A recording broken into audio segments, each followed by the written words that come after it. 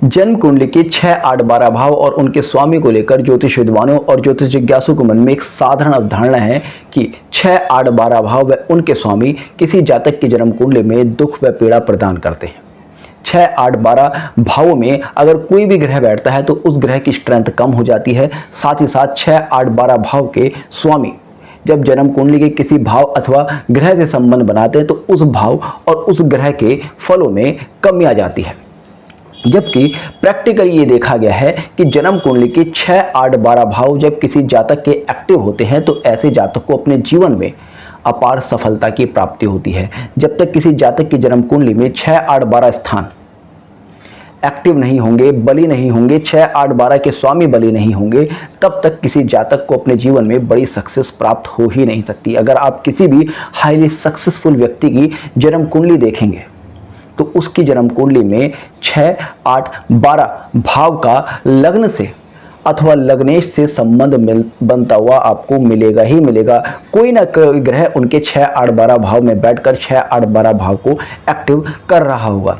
ज्योतिष ग्रंथों की बात करें तो ज्योतिष ग्रंथ स्पष्ट रूप से कहते हैं कि जन्म कुंडली के 6, 8, 12 भाव सरल, विमल और हर्ष विपरीत राजयोग का निर्माण करते हैं। तब ऐसे में प्रश्न आता है कि क्यों कुछ ज्योतिष विद्वान 6, 8, 12 भाव में ग्रह बैठा देखते ही या 6, 8, 12 के स्वामियों का किसी भाव में प्लेसमेंट देखते ही जन्म कुंडली में दोष ढूंढने लग जाते हैं। इसका पहला एक उत्तर तो मेरी समझ में यह आता है कि ज्योतिष में डर का कारोबार फैलाने के लिए 6, 8, 12 भावों के बारे में ऐसी बातें कही गई है, क्योंकि जब तक ज्योतिष में डर का कारोबार नहीं फैलाया जाता तब तक उपायों की दुकान नहीं चलती, और जब तक उपायों की दुकान नहीं चलती तब तक किसी ज्योतिष शास्त्री को मोटा पैसा कमाने का अवसर नहीं मिलता है। तो 6, 8, 12 भावों में ग्रहों का बैठना या उनके स्वामी का किसी भाव में बैठना अपने आप में एक डर का कारोबार है। दूसरा, जन्म कुंडली के 6, 8, 12 भाव व्यक्ति को जीवन में स्ट्रगल प्रदान करते हैं। 6, 8, 12 भाव वो भाव हैं जो व्यक्ति को निखार कर लाते हैं। अगर कोई व्यक्ति अपने जीवन में सफल होना चाहता है तो सीधी सी बात है, सफलता की सबसे पहली कुंजी यह है कि वह व्यक्ति अपने टैलेंट में किसी तरह का निखार करे, स्वयं में निखार करे। जब तक कोई व्यक्ति अपनी प्रतिभा को नहीं निखारेगा तब तक वह सफलता प्राप्त नहीं कर सकता। समाज में दो तरह के व्यक्ति सफल पाए जाते हैं। पहले, जिन्होंने विरासत में इतना कुछ पाया है कि उनको जीवन में कुछ करना नहीं पड़ेगा, और जो उन्होंने पाया है अगर वो उसी को इन्वेस्ट करते हैं, उसी पर आगे चलते हैं तो वो अपने जीवन में अधिक सफल होते जाते हैं। दूसरे, जिनको विरासत से बहुत कुछ नहीं मिला, जिन्होंने अपने दम पर अपना नाम कमाया है, तो वे व्यक्ति जिन्होंने अपने दम पर अपना नाम कमाया है, जिन्होंने अपने दम पर सफलता प्राप्त की है, उनकी जन्म कुंडली के 6, 8, 12 भाव आपको एक्टिव मिलेंगे ही मिलेंगे। 6, 8, 12 भावों में उनके ग्रह बैठे मिलेंगे या फिर 6, 8, 12 का संबंध उनके लग्न से अवश्य मिलेगा। क्योंकि जन्म कुंडली के 6th हाउस की अगर बात करें तो 6th हाउस रिस्क का भाव है, कंपटीशन का भाव है। जब तक किसी जातक का 6th हाउस बहुत ज़्यादा स्ट्रांग नहीं होगा तब तक ऐसा जातक किसी भी प्रकार के कंपटीशन में सफलता प्राप्त करेगा ही नहीं। किसी भी कंपटीशन में सफलता प्राप्त करने का पहला सिद्धांत यह है कि व्यक्ति के अंदर कंपटीशन को लड़ने की क्षमता होनी चाहिए। और कंपटीशन किससे लड़ा जाता है? शत्रु से लड़ा जाता है। अगर जन्म कुंडली का 6 भाव किसी जातक का बहुत ज़्यादा बली होता है तो सामान्यतः ज्योतिष शास्त्री क्या कहते हैं कि इस व्यक्ति के शत्रु बहुत होंगे, इस व्यक्ति के शरीर में रोग बहुत होंगे। अब शत्रु किसके होंगे? पहली बात तो ये है, एक ऐसा व्यक्ति जिसकी समाज में कोई पहचान ही नहीं है, जिसने अपने जीवन में कुछ करा ही नहीं, क्या उसके शत्रु होंगे? अथवा शत्रु उस व्यक्ति के होंगे जिसने अपने दम पर अपने जीवन में बहुत कुछ अर्जित किया है, जिसके पास कुछ ऐसा है जिसको पाने की सामने वाले को चाहा है, तो ऐसे व्यक्ति के शत्रु होंगे ही होंगे। अर्थात 6 भाव अगर आपको शत्रु देता है तो शत्रु से लड़ने की कैपेबिलिटी भी देता है। शत्रु से लड़ने की कैपेबिलिटी उसी के पास होगी जिसने अपने जीवन में कुछ अर्जित किया है। तो 6th हाउस आपको कुछ करने की क्षमता देता है। अब मान लीजिएगा रोहित शर्मा मैदान पर छक्का मारने से पहले ये सोचे कि भाई मैं कैच आउट हो जाऊंगा, या फिर बल्ला चलाते हुए हो सकता है कि बॉल बल्ले को मिस करके स्टंप में घुस जाए और मैं आउट हो जाऊंगा, तो क्या वह 6 मार सकता है? कभी भी नहीं मार सकता। तो 6th हाउस आपको वो रिस्क लेने की कैपेबिलिटी देता है। जो व्यक्ति अपने जीवन में रिस्क नहीं ले सकता वो व्यक्ति कभी भी सफल हो ही नहीं सकता। इसलिए मैं कहता हूं कि जन्म कुंडली का 6th हाउस अपने आप में किसी भी व्यक्ति का अगर स्ट्रांग है तो उस व्यक्ति के अंदर रिस्क लेने की क्षमता होगी, उस व्यक्ति के अंदर अपने शत्रु को मात देने की क्षमता होगी, वह व्यक्ति किसी भी कंपटीशन में सफलता प्राप्त कर सकता है। आप अधिकांशतः IAS IPS ऑफिसर की जन्म कुंडली में, अधिकांशतः बड़े पुलिस अधिकारियों की कुंडली में 6th हाउस स्ट्रॉन्ग देखेंगे, अथवा लग्नेश का 6th हाउस से किसी प्रकार से संबंध देखेंगे, अथवा 6th हाउस का 10th भाव से किसी प्रकार से संबंध देखेंगे, क्योंकि 6th हाउस ही वह हाउस है जो कि आपको लगातार डिस्प्यूट्स में इन्वॉल्व रखता है। अब पुलिस वाले हुए या फिर लॉयर्स हुए, वो लगातार अपने जीवन में किसी न किसी तरह के डिस्प्यूट्स में इन्वॉल्व रहते हैं। इसलिए 6th हाउस किसी व्यक्ति को सफलता प्रदान करने के लिए बहुत ही ज़्यादा महत्वपूर्ण है। अब हमारे समाज का एक सीधा सा, स्पेशली जो बहुत डरे हुए लोग हैं, जो लोअर मिडिल क्लास लोग हैं, जो अपने जीवन में कुछ करना नहीं चाहते, उनका एक माइंड सेट होता है कि अगर आपके बहुत ज़्यादा शत्रु हैं, अगर आपको किसी ऐसी जॉब में जाना पड़ रहा है जहाँ पर कि आपको बहुत ज़्यादा क्रिमिनल्स के साथ डील करना पड़ रहा है, या बहुत ज़्यादा डिस्प्यूट्स के साथ डील करना पड़ रहा है, या किसी ऐसे प्रोफेशन में जाना पड़ रहा है जहाँ पर आपको बहुत ही ज़्यादा रिस्क लेना पड़ेगा, उन लोगों का एक माइंड सेट है कि भाई रिस्क है तो जीवन में बहुत ज़्यादा प्रॉब्लम है, शत्रु हैं तो बहुत ज़्यादा प्रॉब्लम है। तो ऐसे ही कुछ लोगों ने मिलकर जन्म कुंडली के 6th हाउस को एक दुस्थान कह दिया, जबकि किसी स्टूडेंट की कुंडली में अगर 6th हाउस बली नहीं है तो ऐसा स्टूडेंट पढ़ाई में कितना भी अच्छा हो, वो स्टूडेंट एग्ज़ाम हॉल में जाकर कुछ भी अच्छा नहीं लिख पाएगा। एग्ज़ाम हॉल में आप जाते हैं सफलता प्राप्त करने के लिए, कंपटीशन शो करने के लिए। आपने अक्सर ऐसे बच्चे देखे होंगे जो घर पर तो बहुत अच्छा पढ़ते हैं, उनको पूरा सिलेबस बढ़िया से याद है, किंतु एग्ज़ाम में उनके अच्छे नंबर नहीं आते, कंपटीशन में वो पास नहीं हो पाते। उन लोगों की जन्म कुंडली में आपको 6th हाउस वीक मिलेगा ही मिलेगा, 6th लॉर्ड वीक मिलेगा ही मिलेगा। 6th हाउस का लगन अथवा 5th हाउस से अगर किसी स्टूडेंट के संबंध बन गया तो ऐसा स्टूडेंट हर कंपटीशन में सफलता प्राप्त करेगा। कुछ स्टूडेंट होते हैं कि भाई ठीक है कुछ याद नहीं भी है, तब भी एग्ज़ाम हॉल में जाकर जब वो लिखना शुरू करते हैं तो इतना अच्छा लिख कर आते हैं कि बड़े से बड़े कंपटीशन आसानी से क्रैक हो जाते हैं। तो यह पावर होती है 6th हाउस की। इसके बाद बात करते हैं 8th हाउस के बारे में। 8th हाउस के बारे में कहा जाता है कि मृत्यु का स्थान है। यहाँ पर जब भी जन्म कुंडली का कोई ग्रह बैठेगा तो उसकी स्ट्रेंथ बहुत कम हो जाएगी, मृत्यु आ जाएगी, ऐसा अक्सर सामान्यतः ज्योतिष विद्वान कहते हैं। जबकि ज्योतिष स्वयं कहता है कि 8th हाउस रिसर्च का हाउस है, 8th हाउस गुप्त साधनाओं का हाउस है, 8th हाउस हाई लेवल की स्पिरिचुअलिटी का हाउस है, 8th हाउस मेडिकल प्रोफेशन का हाउस है।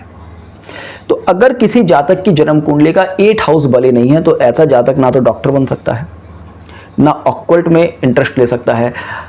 मेरे चैनल पर जितने भी लोग इस समय वीडियो देख रहे होंगे, अगर उनका ऑक्कल्ट में किसी तरह का इंटरेस्ट है, वो ज्योतिष शास्त्र में अगर किसी भी प्रकार का ज्ञान रखते हैं, तो आप देखेंगे उनकी सभी की जन्म कुंडली में 8th हाउस किसी ना किसी तरह से एक्टिव होगा। 8th लॉर्ड का 4th हाउस से या लग्न से संबंध बनेगा, या 12th हाउस से संबंध बनेगा, या फिर उनका लग्नेश किसी ना किसी प्रकार से 8th हाउस या 8th लॉर्ड से संबंध बनाएगा। क्योंकि 8th हाउस से जब लग्न का, चतुर्थ भाव का, द्वादश भाव का, पंचमेश का संबंध बनता है, तभी कोई व्यक्ति ऑक्कल्ट में जा सकता है। अब अगर 8th हाउस आपको ऑक्कल्ट में इंटरेस्ट देकर आपको नेम फेम दिला रहा है, तो क्या 8th हाउस आपके लिए कुछ बुरा कर रहा है? आप किसी भी डॉक्टर की कुंडली उठा कर देख लेना, उस डॉक्टर की कुंडली में जब तक 8th हाउस एक्टिव नहीं है तब तक ये गारंटी नहीं है कि उस व्यक्ति ने डॉक्टरी की पढ़ाई की है। जिस जातक की जन्म कुंडली में, जिस डॉक्टर की जन्म कुंडली का 8th हाउस एक्टिव नहीं है, 8th हाउस का किसी प्रकार से 6, 8, 12 अथवा लगन से संबंध नहीं बन रहा, और वह व्यक्ति अगर ये क्लेम करता है कि मैं डॉक्टर हूं, तो वो फर्जी डॉक्टर होगा। क्योंकि डॉक्टर बनने की पहली शर्त ही ये है कि आपका 8th हाउस एक्टिव होना चाहिए, क्योंकि 8th हाउस मृत्यु का हाउस है।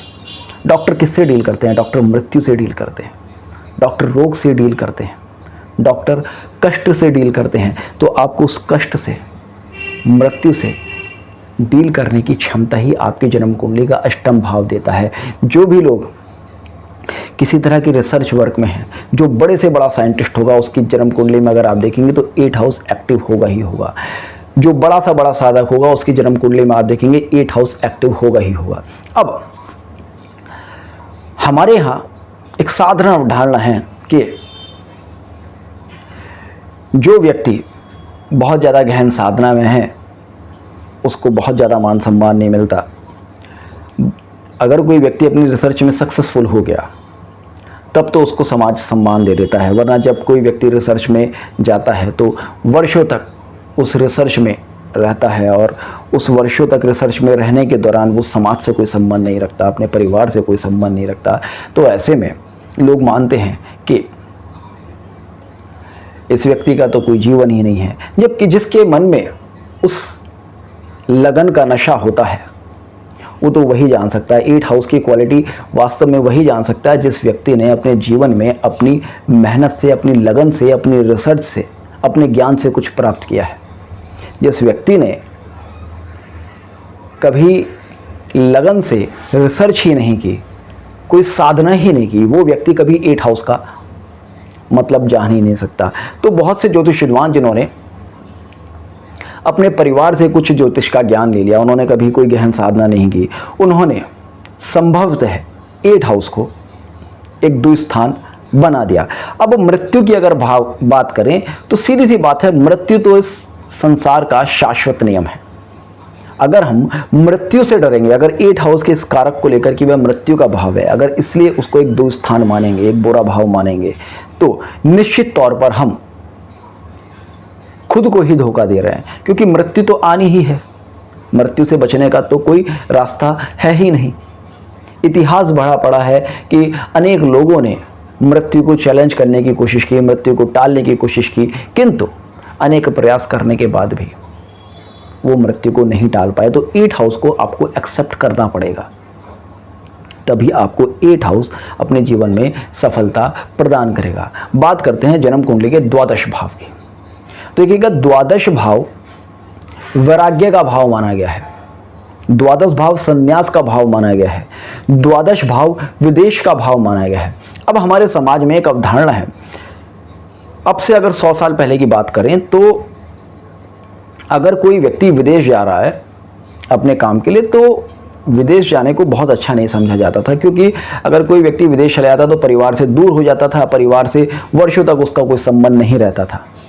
तो ऐसे में द्वादश भाव के एक्टिवेशन को एक बुरा एक्टिवेशन मान लिया, क्योंकि द्वादश भाव अगर किसी व्यक्ति का एक्टिव होगा तो संभावना है कि वो व्यक्ति विदेश में भी जाकर सफलता प्राप्त कर सकता है। अगर वर्तमान समय की बात करें तो अभी तो लोग ये चाहते हैं कि उनके बच्चे विदेश जाएं, विदेश में पढ़ाई करें, विदेश में जॉब करें, क्योंकि आज के समय में हमारे पास मोबाइल है, इंटरनेट है, जहाँ पर कि हम कहीं पर भी रहकर अपनी फैमिली से कनेक्टेड रह सकते हैं। तो वर्तमान परिप्रेक्ष्य से अगर बात करें तो द्वादश भाव का एक्टिवेट होना किसी व्यक्ति के लिए जीवन में बहुत बड़ी सफलता का कारण बन सकता है। कोई व्यक्ति विदेश जाकर बहुत ज़्यादा पैसा कमा सकता है, बहुत ज़्यादा सफलता प्राप्त कर सकता है।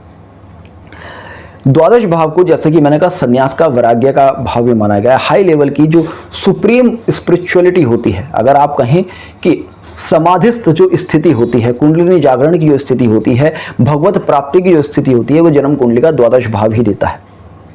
जिस व्यक्ति का द्वादश भाव उस लेवल पर एक्टिव नहीं होगा या द्वादश भाव का लगन से, अष्टम भाव से या चतुर्थ भाव से संबंध नहीं मिलेगा, उस व्यक्ति को बहुत हाई लेवल की स्पिरिचुअलिटी प्राप्ति नहीं होगी। अब हमारे समाज में क्या करते हैं लोग, अपनी समस्याओं के लिए किसी साधु के पास, किसी सन्यासी के पास जाएंगे, उसकी बहुत पूजा करेंगे, किंतु अगर उनका अपना कोई बच्चा सन्यास के मार्ग पर, धर्म के मार्ग पर अग्रसर हो जाए तो रोएंगे। आप अपनी समस्या के लिए सन्यासी के पास जा सकते हैं, उन पर पूर्ण विश्वास कर सकते हैं, किंतु आपका अपना कोई सन्यास मार्ग की ओर ना जाए। तो यहाँ पर एक दोगलापन है और इसी वजह से द्वादश भाव को भी एक दुस्थान मान लिया गया। आप देखेंगे जिन भी जातकों की जन्म कुंडली के 6, 8, 12 भाव एक्टिव हैं वो अपने जीवन में बहुत ज़्यादा सफलता अर्जित करते हैं। और आज के इस वीडियो में मैं आपके सामने 3 ऐसी जन्म कुंडलियाँ रखने वाला हूँ जिन लोगों ने 6, 8, 12 के एक्टिवेशन से ही अपने जीवन में बड़ी सफलता प्राप्त की। देश के पूर्व गृह मंत्री श्री लाल कृष्ण आडवाणी जी, अगर आप उनकी जन्म कुंडली में देखेंगे तो उनके द्वादश भाव में 3 ग्रह बैठे हैं, सूर्य, मंगल और बुध।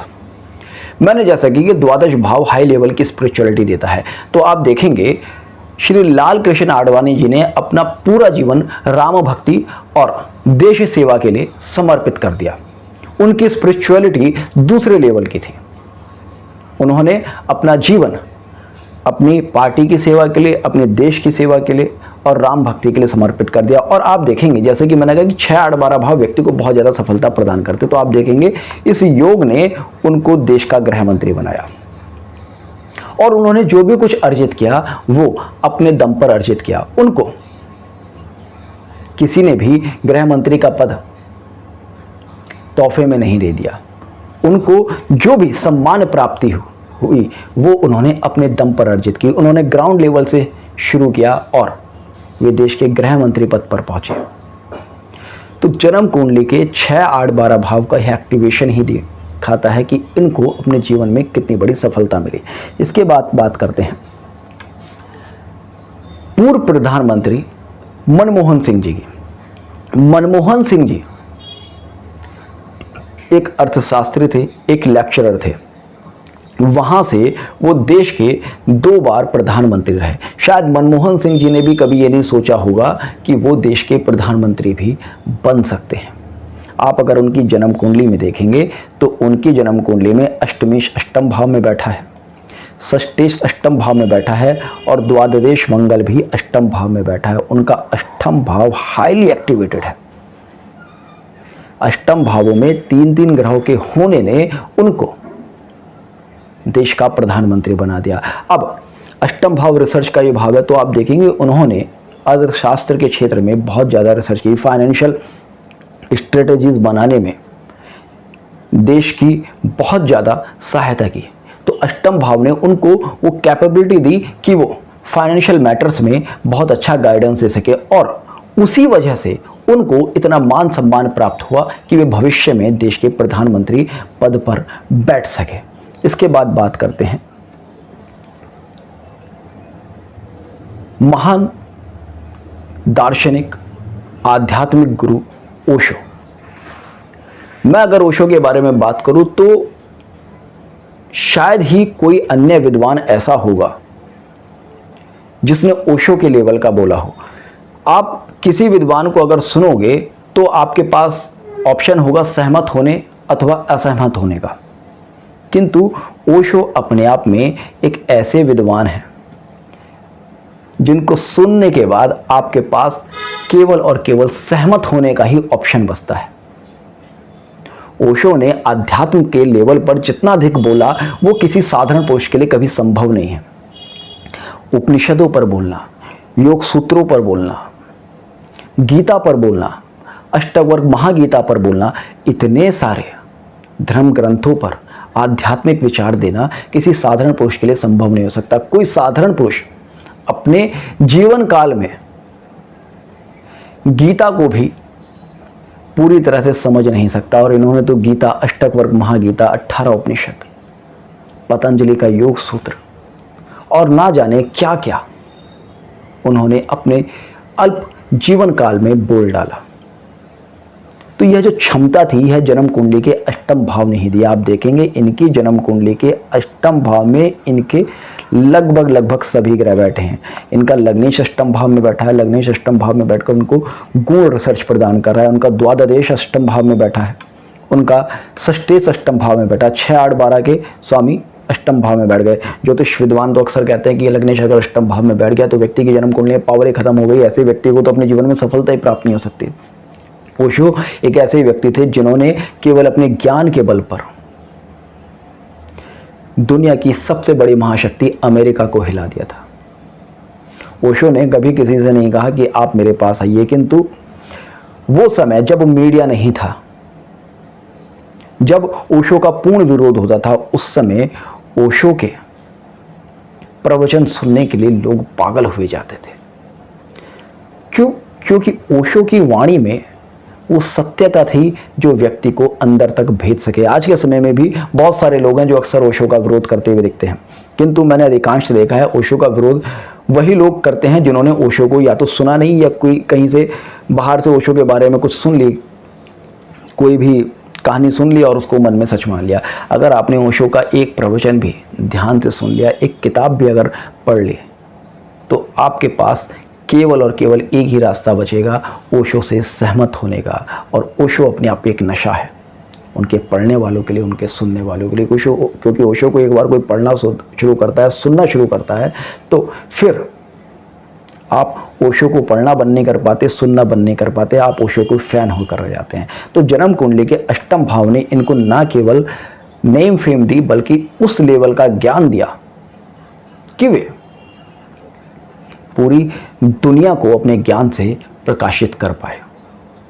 वर्तमान समय में आप जितने भी ये कथा करने वाले देखेंगे, जितने भी कुंडली जागरण कराने वाले देखेंगे, अपने आप को बड़ा बड़ा मोटिवेशनल स्पीकर कहने वाले देखेंगे, सब के सब ओशो को पढ़कर प्रवचन देते हैं। किसी की भी वाणी को अगर आप सुनेंगे, अगर आपने ओशो के कुछ लेक्चर सुन लिए, कुछ किताबें सुन ली, तो आपको लगेगा कि जितने भी कुछ बोल रहे हैं ना आज के समय में, भगवत कथा में बोल रहे हैं या कुंडली जागरण के प्रवचन में बोल रहे हैं या अध्यात्म के बारे में बोल रहे हैं, सब के सब कहीं ना कहीं ओशो को पढ़कर, ओशो के विचार से ही पढ़कर बोल रहे हैं। तो ओशो के लेवल का अगर मैं वर्तमान में देखूं तो दूर दूर तक भी कोई आध्यात्मिक गुरु नहीं दिखता।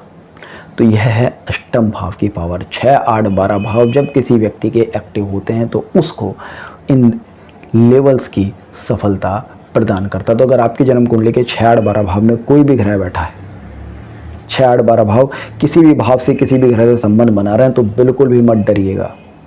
अगर कोई एस्ट्रोलॉजर अगर आपसे ये कह रहा है कि आपके 6, 8, 12 भाव में एक ग्रह बैठने से आपकी कुंडली कमजोर होगी और आपको उपाय करने हैं, तो बिल्कुल भी कोई उपाय मत कीजिएगा, क्योंकि कोई उपाय की यहाँ पर ज़रूरत ही नहीं है। बल्कि आपको ईश्वर का धन्यवाद करना चाहिए कि ईश्वर ने आपको कंपटीशन करने की कैपेबिलिटी दी है, ईश्वर ने आपको रिसर्च करने की कैपेबिलिटी दी है, ईश्वर ने आपको विदेश जाने का सुख प्रदान किया है, हाई लेवल की स्पिरिचुअलिटी प्राप्त करने का अवसर प्रदान किया है। तो 6, 8, 12 भाव का एक्टिवेशन निसंदेह किसी भी व्यक्ति के लिए अपने आप में एक राजयोग कारक है। तो होपफुली आपको आज का वीडियो पसंद आया होगा। तो जुड़ेगा अष्टसूत्र के साथ, मिलते हैं नेक्स्ट वीडियो में। तब तक के लिए जय हिंद, जय भारत।